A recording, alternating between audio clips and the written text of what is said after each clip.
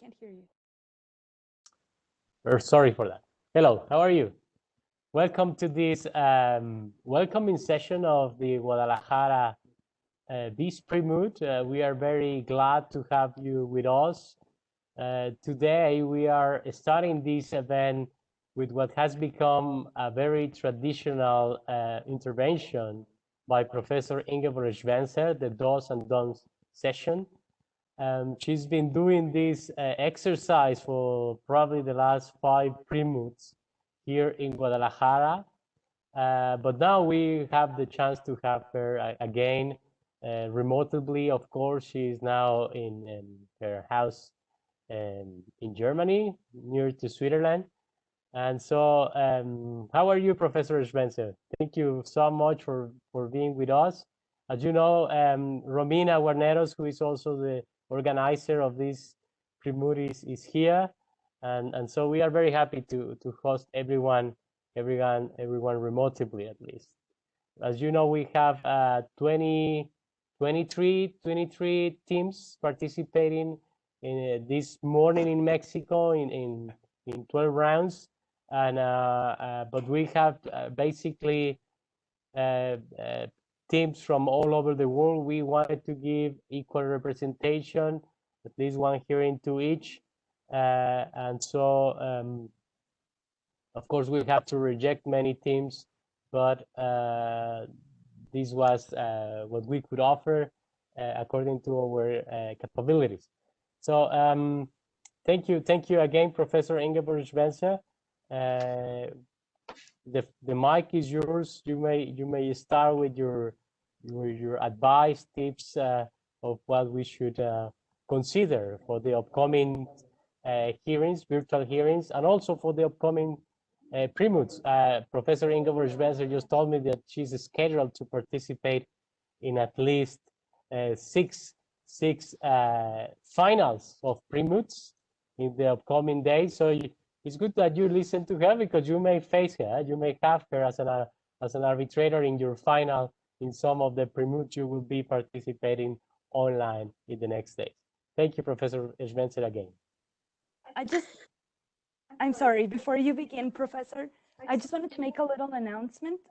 If we could have like 10 minutes before before the time ends, just to give a couple of small remarks. And I believe Rob Warcell from the MAA will want to give us a couple of words about the MAA.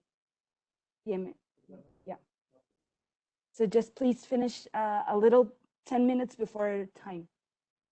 Okay, 10 minutes to 8 in Mexico. Yes, thank you. Okay, thank you, Romina. Thank you, Edgardo, for the introduction, and thank you for organizing this wonderful Pre-Moot, and also Universidad Panamericana, and for inviting me to again do this do's and don'ts, which, as you mentioned, Edgardo, I did so many times in person in Guadalajara together with Louise Barrington, who is unfortunately not here today, so I'm going to do it myself. Good morning, good afternoon, good evening, ladies and gentlemen. Welcome. First of all, I want to congratulate all of you for participating in the Pre-Moot, because now you're already all winners. It's going to be the best experience of your whole studies during law schools. Many generations of students have told me that. Probably you are already very familiar with most of I'm going to tell you. Your coaches will have told you what to do, because now the mood is very, very professional. I will address 5 questions. First, preparation, then presentation and outer appearance, then structure of the argument, interaction with the tribunal, and my last point, after the hearing. So let me start with preparation. Well, one of the core tasks is that you master the facts. You must know the file by heart. If someone wakes you up in the middle of the night, you must know what the facts are and especially where to find them. When did witness XY say that and that? And you must be able at midnight to point out that's on page 32 of the file. Yeah. So you must know the facts, you must know the exhibit and know the file by heart.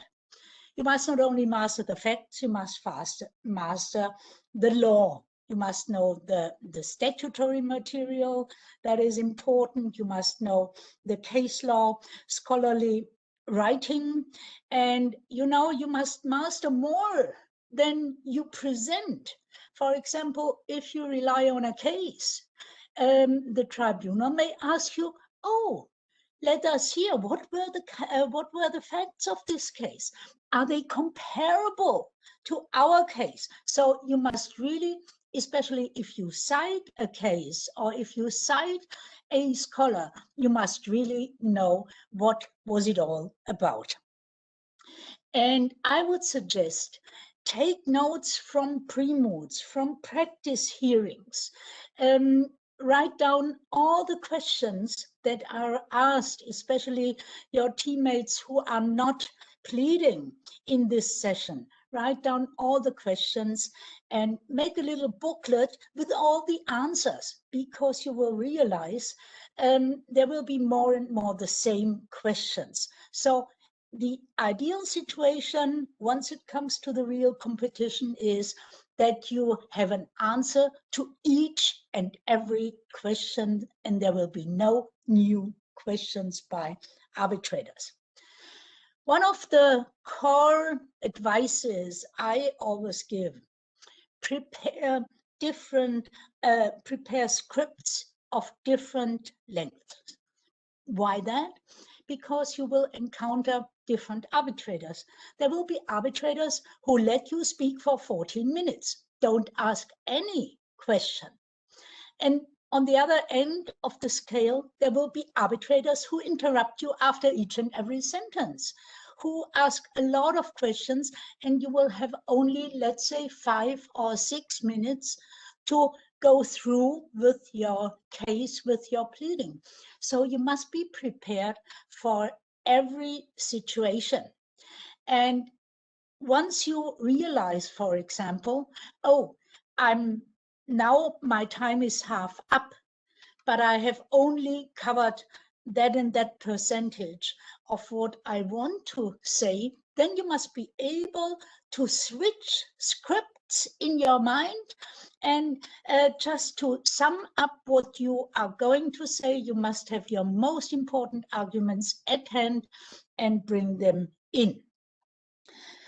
Know your script, but don't learn it by heart. I have had hearings now already. I had some hearings with teams where in this very early phase, students are still learning by heart. It gets so boring, there is no articulation if you learn it by heart. You must know your script, but don't learn it by heart. And never ever read your script. Only when you have a verbatim quote to make, then you might have a look in your script and read it out for the arbitrators. But otherwise, let's say, if it's not yet the case, if you're yet not able to speak freely without the script, at least I would say in 10 days, 2 weeks, you should be able to go along without any script. Practice, videotape yourself, practice as much as you can. Have practice moots with the law firms or the like, whatever you can do, or try to meet with other teams from around the world. Now everybody is used to do it remotely. So I would say, especially teams from civil law countries, try to meet teams from common law countries, Europeans, and also I think South Americans who are close to Europeans, I would say, in their whole thinking, especially what the legal background concerns, should meet Indian teams. Indian teams are very different, and Indian teams are very, very good. It's always I'm sitting, I've been sitting all the time on semi-finals and finals in Hong Kong, and there was always one or two Indian teams making it to the very top. So those who are not Indians, try to meet Indian teams remotely and have a practice hearing for them. This will really enhance your experience. Try different platforms. When I said videotape yourself, now we are doing everything remotely. So you must be accustomed with the platform. And I hope that you all watched Gustavo Moser yesterday presenting on demeanor in virtual environments.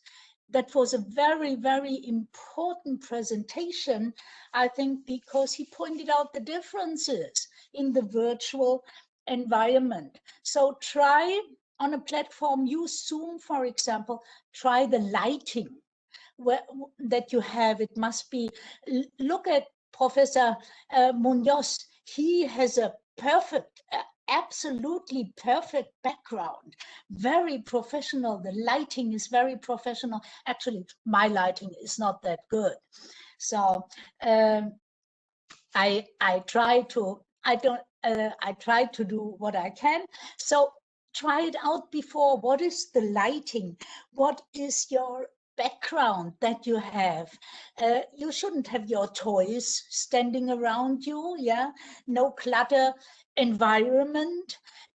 Try to have a professional background, like you have a bookshelf also, but don't use, I would say, don't use the backgrounds that are offered in the internet, like for example Zoom or Skype. You can have a fancy background or just a white background, but I wouldn't use that.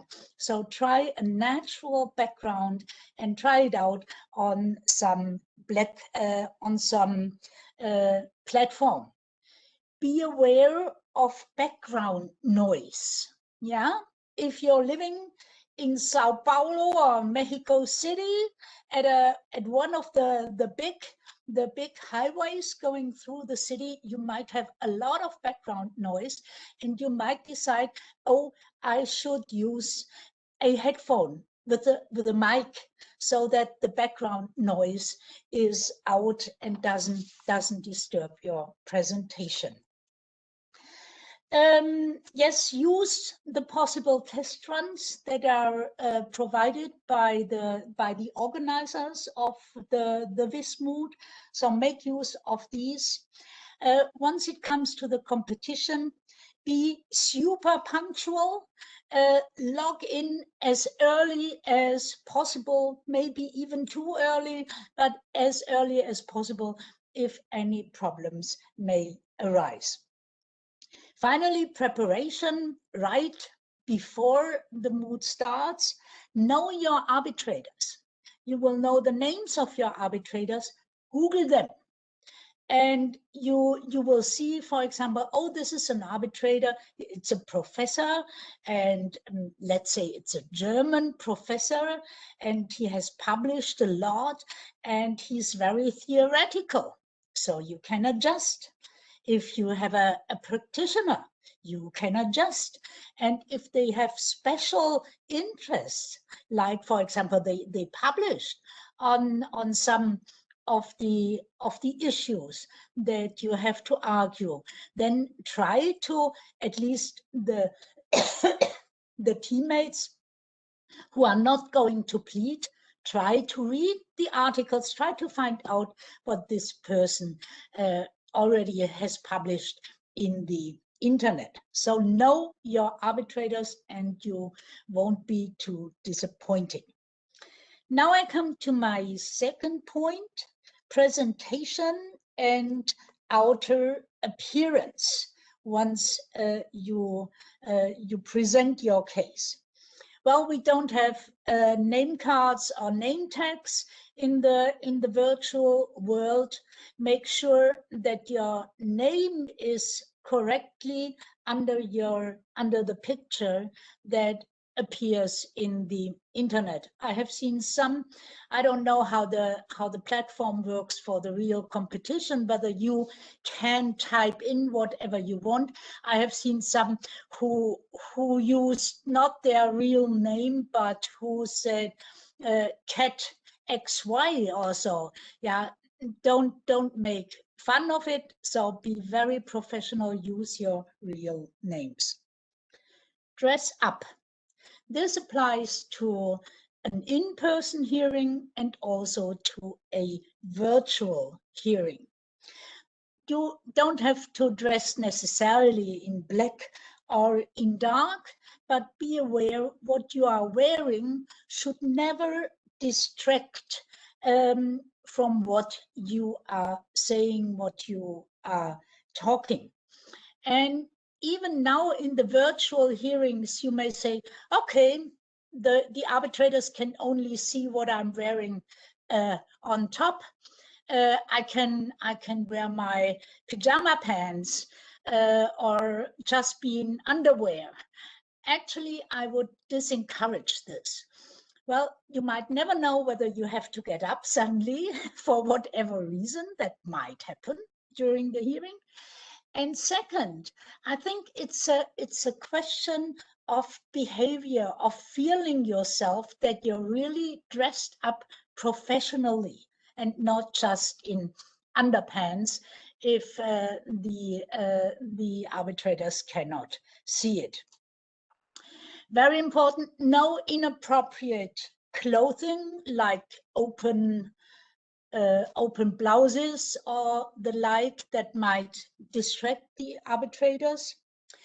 If you have long hair, girls and boys alike, tie your hair, because I have seen so many students always doing like this. Yeah, because the hair came into their faces. So be aware of that. Tie your hair. Don't let the appearance be disruptive. That also applies to anything that could intervene in your presentation. Make sure that nobody enters the room while you're presenting. Keep your dog outside. Yeah, I have had meetings, you know, suddenly a dog came barking. Yeah, keep your telephone on outside so that it doesn't ring while you are giving your presentation. Use a binder, don't use the iPad. I have made the experience using an iPad, you know, it takes too much time to go through the pages and all that. A binder where you can post it and make posts is much easier to handle than an iPad. Well, usually at least when you are pleading alone, the hands cannot be seen. However, if you are pleading as a team, I don't know, probably in some countries, you won't be allowed to gather and to plead as a team. At least that was in spring last year. We had hearings in the competition where one partner was somewhere and the other at another place, so they couldn't plead as a team. If you plead as a team, the screen is the picture is much smaller, so be aware of your hands. Yeah, that will be shown in the picture. And if you are shaking, trembling, then you shouldn't hold a paper. Yeah, then you should just have the paper on the table and keep your hands to the table. Be confident. Take a deep breath once you are starting. If you are nervous, exercise before the competition how you can calm yourself down. Avoid any tics, like for example, I don't have one. Yes, I have one. Like for example, clicking pens. Yeah, that is distracting. So avoid any tics. Maintain a professional manner, and that is especially true for the virtual environment. If you have heard Gustavo Moser yesterday, it is the virtual environment tends to be more casual than if you are in a conference room. So there is less sense of officiality, and that may affect your way to behave. So be aware of that. Keep a professional manner. Do not make faces. Do not sigh. This applies to in-person hearings as well as to virtual hearings. And what's very important, do not smile when you're caught.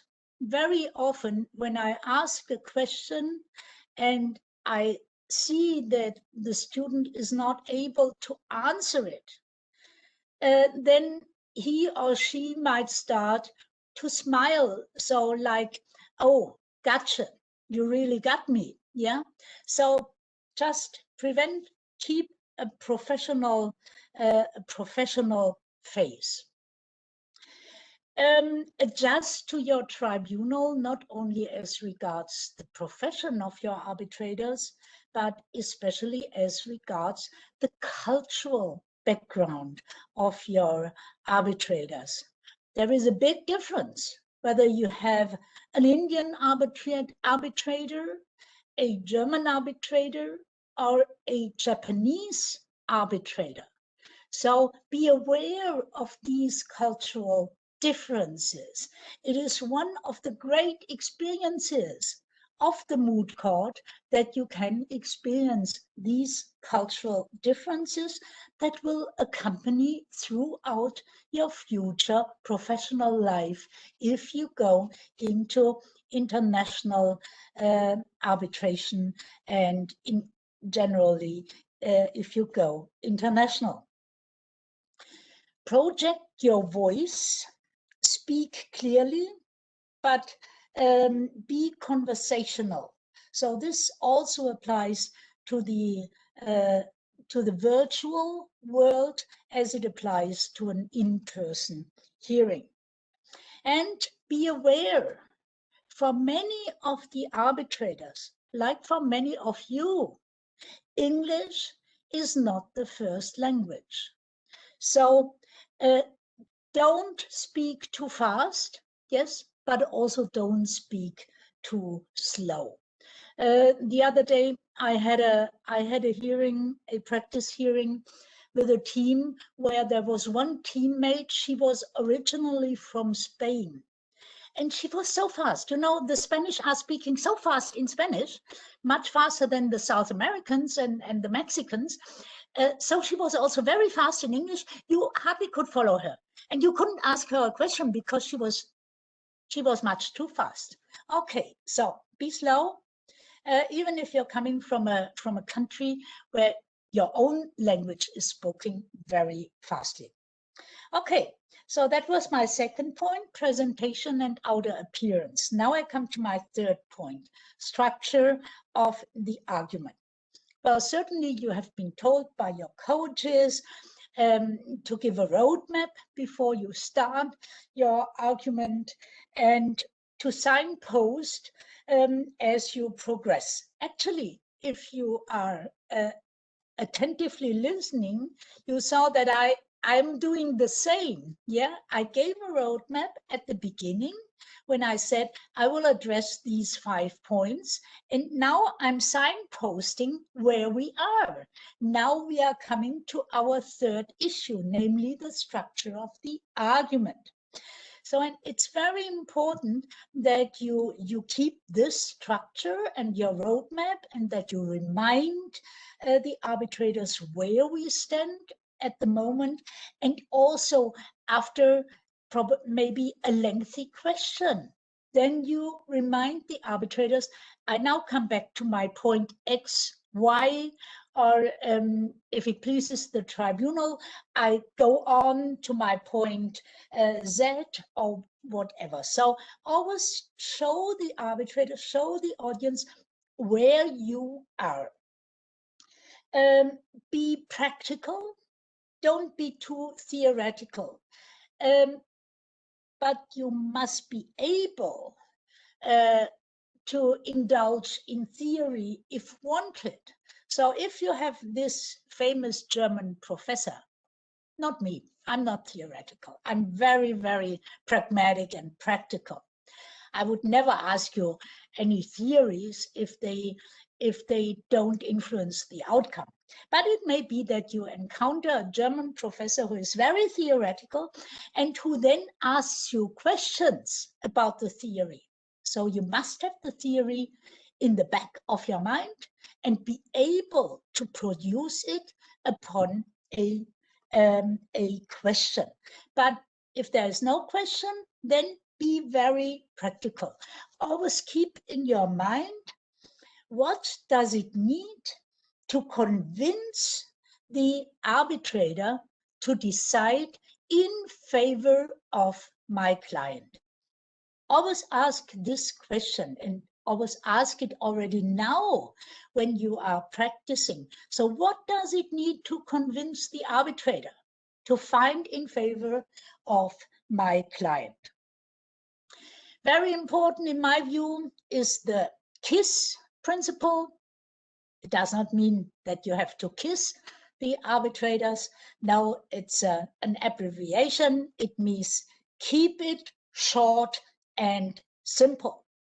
Especially make very simple sentences, yeah, not very long sentences where you're thinking about the beginning of the sentence and you're still at the end. So keep it short and simple. Weigh your arguments. You can never bring all the arguments in 14 minutes, even if you're not interrupted by questions from the arbitrators. It's just not possible to bring all the arguments that are possible in such a case in 14 minutes.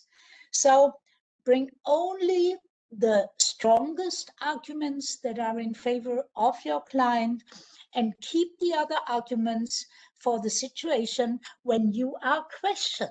You must know them, sure. You must always have them at hand, but don't volunteer to bring them forward. So that was issue 3. And now we come to issue 4, interaction with the tribunal. Certainly, you have discussed it with your coaches, how to address the tribunal. In the beginning of the moot, I mean, you know, I have been with the moot since the second moot in Vienna. That means how many years? I think 24, 25 years now. And in the beginning of the moot, especially students from common law countries, especially also Indian students, they addressed the tribunal like they would address judges in court. So sometimes they said, "My Lord, Your Highness," or the like. Well, that's not how we address each other in arbitration. It is fine if you talk to the arbitrators like Mr. Arbitrator, Madam Chair, or you just address them by their names.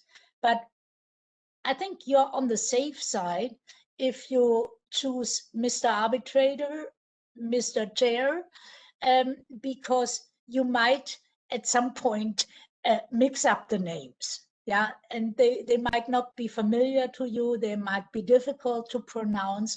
So you're on the safe side if you just say Mr. Madam Arbitrator. Eye contact. That is a very important point when we have an in-person hearing. I always put great emphasis on it. Well, this is probably one of the biggest shortcomings of remote hearings. This also applies to real life hearings in arbitration, because the eye contact is not possible. And very often, be aware, now I'm looking directly into the camera. I'm not looking at the pictures here on my screen. So be always aware, look into the camera and not on the pictures that you see on the pictures of the arbitrators. You can only look in the camera. You cannot address all three arbitrators as you can do it in a personal hearing. So eye contact is in a way less effective and easier, but still you have to look into the camera. What is key? What is key to any pleading? Time, time, time. Time is of the essence. And that is usual, you know, I always make charts when I'm arbitrating in the VIS, and I would say in 70–80% of the hearings I attend, I write down time because the students are not able to attribute the time to the issues they discuss. More often than not, you know, 10 minutes have passed and the student has not come to her or his second issue to discuss. So that's a bad time management. And here is the link to what I said before, namely, you have to prepare different scripts of different lengths, and you must always know where you are. I mean, if you are working in a team, if both of your team are in front of the same computer, then you may act as in a in-person hearing. Then your colleague can write down little papers and tell you how many minutes are left. Yeah. And if you are alone in front of the computer, I always have, look what I have. I always have my clock, because when I'm presenting, I want to keep time. So timekeeping is key in whatever you do, and especially in the mood. So make sure that you have enough time for your second issue, be it procedural or on the merits. You always have two issues. So you should really switch. After 7 minutes, you should come already to your second issue when you have 14 minutes and not only for the last 2 or 3 minutes. And with that, you have to combine it with weighing the arguments. Yeah, what arguments can I bring forward in the time that is left to me? Answer questions, embrace questions. They are there that you have the possibility to show your knowledge, what you know, and to argue. So embrace questions, be happy when an arbitrator asks you questions. Don't say, I will come to that in a minute. Yeah. Answer the question right away when it is asked. And what is an absolute no-no? Never ever argue with an arbitrator. Even if it's so clear the arbitrator does not have any clue about the case or about the law, and probably you are much better than most of the arbitrators sitting there.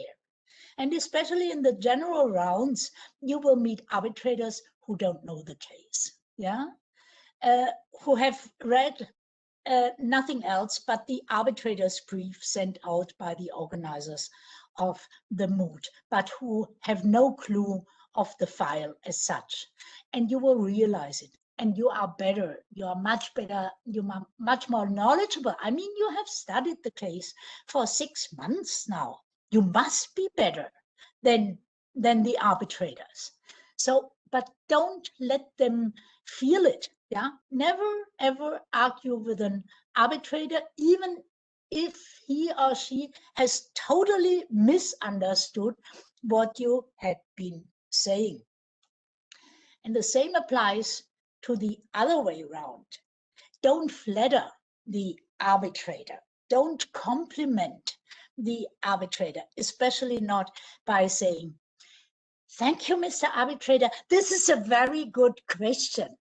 You know what that implies? That the other questions were dumb questions. They were not good questions. And please refrain from saying, "Thank you for the question. I just cannot stand it," because we all know that's so phony. I mean, usually you're not happy about the question. You shouldn't thank the arbitrator for the question.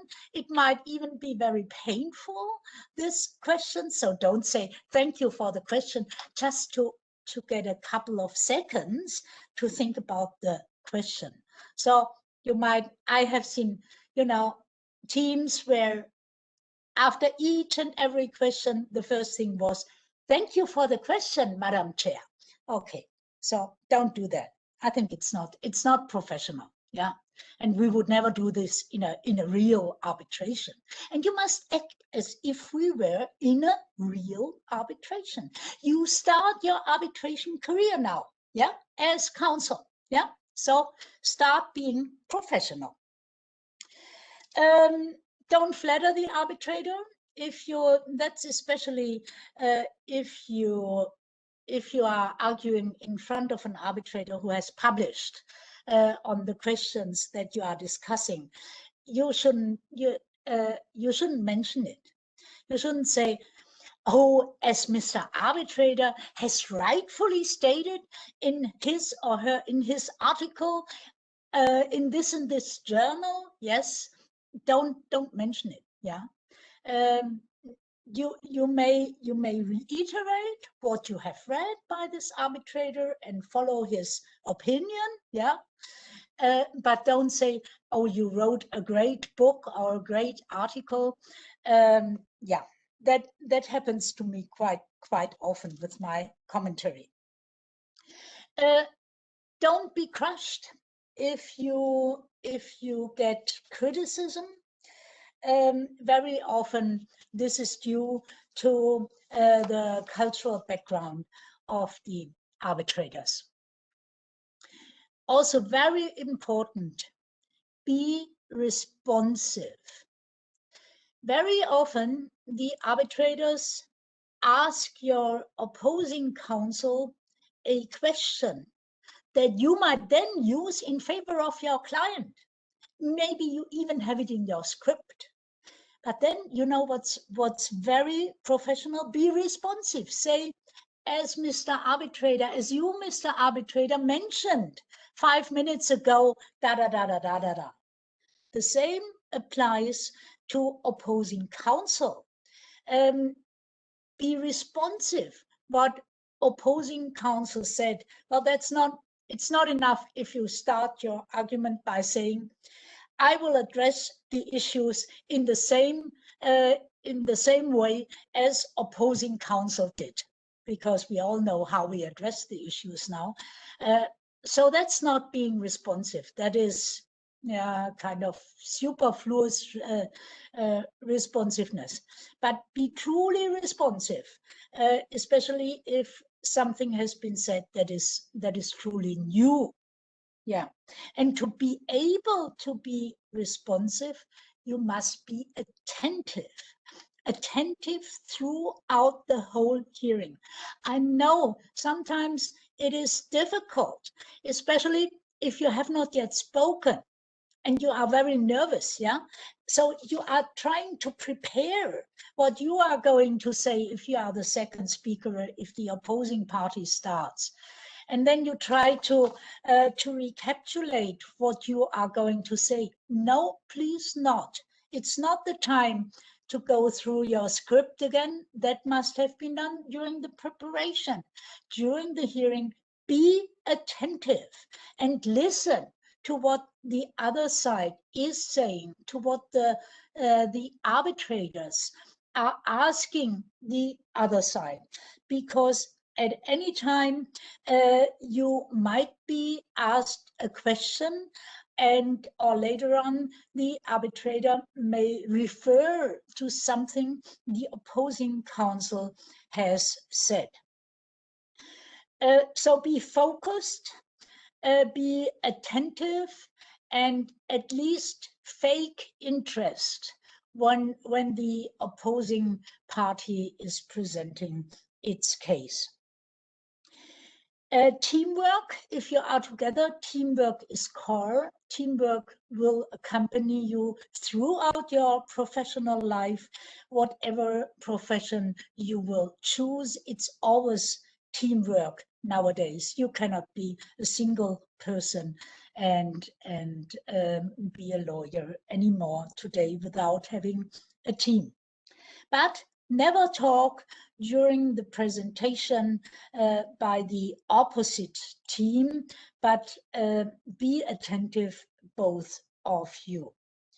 Okay, that was my fourth point, and I'm almost coming to the end. That was interaction with the tribunal. And now, after the session, ask the tribunal for feedback. That is more difficult in the virtual environment than it is when it is an in-person hearing. You may ask special questions. How did you find this argument, that argument? You may gain meaningful insights from such a discussion after the hearing with the arbitrators. And never forget, even if you're crushed and if you have the feeling that you didn't perform as you wished you could, then remember the sentence from soccer: after the game is before the game. So you will have a next round, and you can perform better, and you can think about what you would change in your presentation. So don't be crushed. And all in all, it's not only a competition, it is an experience. And as I said, already now you are all winners. And dear audience, let me sum up my submissions now. Be prepared, be flexible, be aware of cultural differences.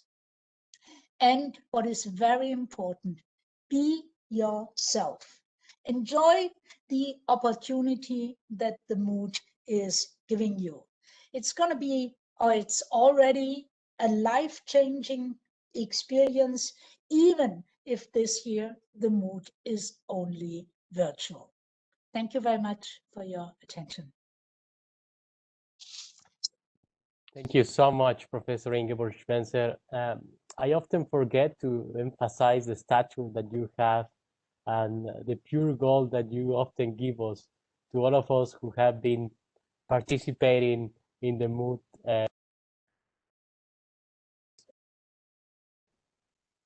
throughout the year. Sorry. So we are very happy. And I forgot to introduce you properly, perhaps at the beginning, because I assume, and I'm sure most of the people that is watching you right now know who you are, how much you have contributed to the understanding of the CSG and in arbitration. matters as well. So thank you again, 1 year more of your valuable support to the moot in Guadalajara. Thank you very much, Edgardo. And good luck to all of you and enjoy the Guadalajara Pre-Moot. Thank you. Now we will Thank you, turn to, Professor. I turn the mic to Romina, who is going to introduce the MAA representative that is going to have a few words with you. Hello, everyone. Just a very short note. We have Rob Orcel with us, who's gonna give us a couple of words of the MAA, the Moot Alumni Association, just so that you get to know better this project. So Rob, the floor is yours. Thank you very much. Am I being heard? Am I going through? Yeah, cool. Yeah. Okay. So I'm going to come in here and immediately break all of what Ingeborg Schwenzer just told you guys. I have virtually no background behind me whatsoever. And most importantly, I don't have my hair tied back. So we'll disregard all of that and move on. I'm from the Moot Alumni Association. Let me see if I can share my screen here. There we go.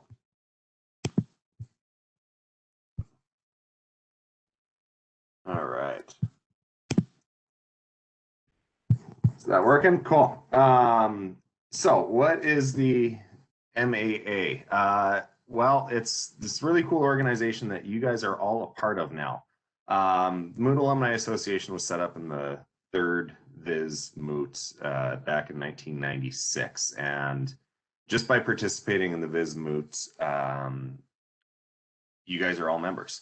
Whether you're participating as a coach, as an academic, or as a Moody. So it's a really large and a continuously growing network and increasingly active throughout the world. So what does the MAA do? Well, primarily the primary goal is to promote international arbitration and trade law. What that means and how that kind of manifests itself throughout the year is varied and different. It starts with a lot of events that will be run through the Viz Moot and Viz East Moot. But obviously this year's a little different. So we've got a speaker series going this year. We've got a few different things happening that mostly can be found on the website, but we do have some very cool opportunities. And I think for a lot of the Moodies, what is relevant is we try to provide job opportunities or highlight job listings in the international arbitration realm. Publish these, send them out by email, send them out on social media, and put these opportunities, internships, and careers in front of you guys and make them available. It's also a great networking opportunity. It's a great opportunity to stay connected with this incredible network that you build through the Viz Moot, that you hopefully continue to build in your own career after the fact, and to meet new people of all sorts. I know we're a little bit short on time, so I'll skip through this. Keep an eye out for more stuff coming from the MAA. How do you get involved with it? It's a free membership, so you already are. Highly recommend reaching out. I'll have a link at the end here where you can sign up to get included on the MAA email list. That's where we blast out any of our opportunities, connection opportunities, networking opportunities, job opportunities, internship opportunities, all of that fun stuff. We also have a premium membership available for 20 euros a year. That includes access to the Vindabona Law Journal, as well as discounts on a lot of the events that we run, some of the speaker series stuff that we do, and priority for the mentor-mentee program. Mentor-mentee program runs every year from applications will open up shortly after the Vienna Viz Moot and will run from July through the following Viz Moot the next April. How that works is we set students up with a mentor or set young professionals up with a mentor to help answer your questions, build a stronger network, and kind of just help navigate those confusing first couple years of legal practice there. So it's a really cool opportunity, really good opportunity to make some very meaningful contacts with someone who you might not otherwise have the opportunity to. Highly recommend that for everyone as well. Last year, they had 98 applicants for the Mentee status. Only 20 were actually selected, so it is a little bit of a competitive process. But we do get applications from around the globe. I think all 6 main continents. Unfortunately, no applicants from Antarctica that I'm aware of, but hey, that's all right. We'll figure that out. Other than that, that's pretty well my presentation on the MAA. Don't hesitate to reach out if you are interested, if you want more information. I don't know if my email is rob.warzel@gmail.com, so I'm pretty accessible. Don't hesitate to email the board directly or follow us on social media. Sign up with the QR code in the corner there. I'll leave that up for a minute here.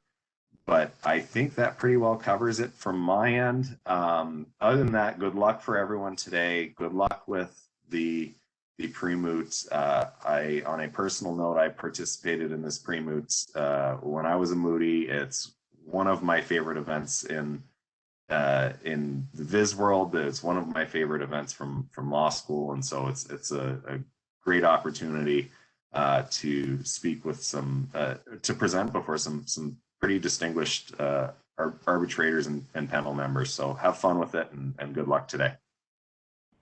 Thank you very much, Rob. Well, with that, we can begin our pre-moot officially. And those of you who have rounds at 8 a.m., please go ahead and connect to those. And thank you very much. Rob, it was a pleasure. Thank you so much, and good luck with this MAA work that you are doing fantastically. Good to see you, Professor. We'll be in touch soon, all right? Yes. All right. Take care, guys. Thank you, everyone. Bye. Bye.